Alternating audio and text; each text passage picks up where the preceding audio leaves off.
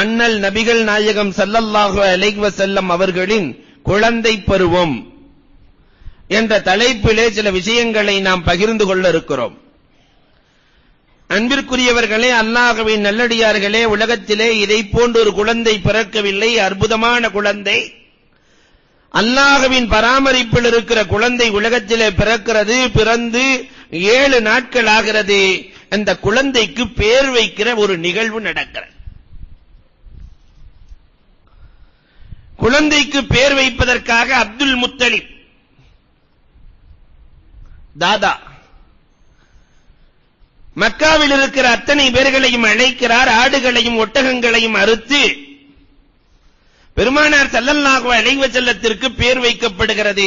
அந்த பெயரும் அல்லாஹ்வின் தேர்ந்தெடுப்பு. அப்துல் முத்தலிப் நினைத்தவுடன் பேர் வைக்கவில்லை. அல்லாஹ் ரப்பல் ஆலமீன் எவ்வளவு பாதுகாத்தான் என்றால், பெருமானாருக்கு முன்னால் எத்தனை லட்சோப லட்சம் மக்கள் தோன்றியிருக்கிறார்கள், நபிமார்கள் தோன்றியிருக்கிறார்கள். யாருக்கும் இந்த பெயரை அல்லாஹ் வைக்கவில்லை. முஹம்மது என்ற பெயர் முதலில் வைக்கப்பட்டது பெருமானாருக்கு மட்டும்தான். எல்லா வேதங்களிலும் அஹ்மது வருவார், அஹ்மது வருவார். யாராவது அந்த பெயரை வைத்தார்களா என்றால் இல்லை.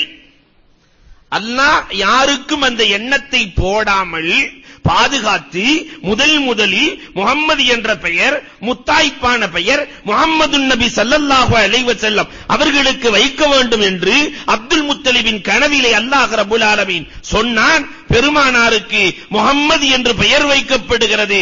அதற்கு பிறகு இன்றைக்கு முஹம்மது என்ற பெயர்தான் உலகத்திலேயே அதிகமான பெயர். அன்பிற்குரியவர்களை எண்ணி பார்க்க வேண்டும். அந்த முஹம்மது என்ற பெயரே அற்புதம். யாருக்கும் வைக்காத முஹம்மது என்றால் எல்லோராலும் புகழப்படக்கூடியவர். வெறும் மனிதர்களால் மட்டுமல்ல, ஜின்களால், மலக்குகளால், உயிரினங்களால், பறவை பட்சிகளால் அத்தனையும் புகழுகிற ஒரு மனிதன் உலகத்தில் இருக்கிறார் என்றால் முஹம்மதை தவிர வேறு யாரும் கிடையாது. அதனால் அல்லாஹ் ரப்பல் ஆலமீன் முஹம்மத் என்று பெயரை தேர்வு செய்கிறான். அப்துல் முத்தலிப் வைக்கிறார்கள்.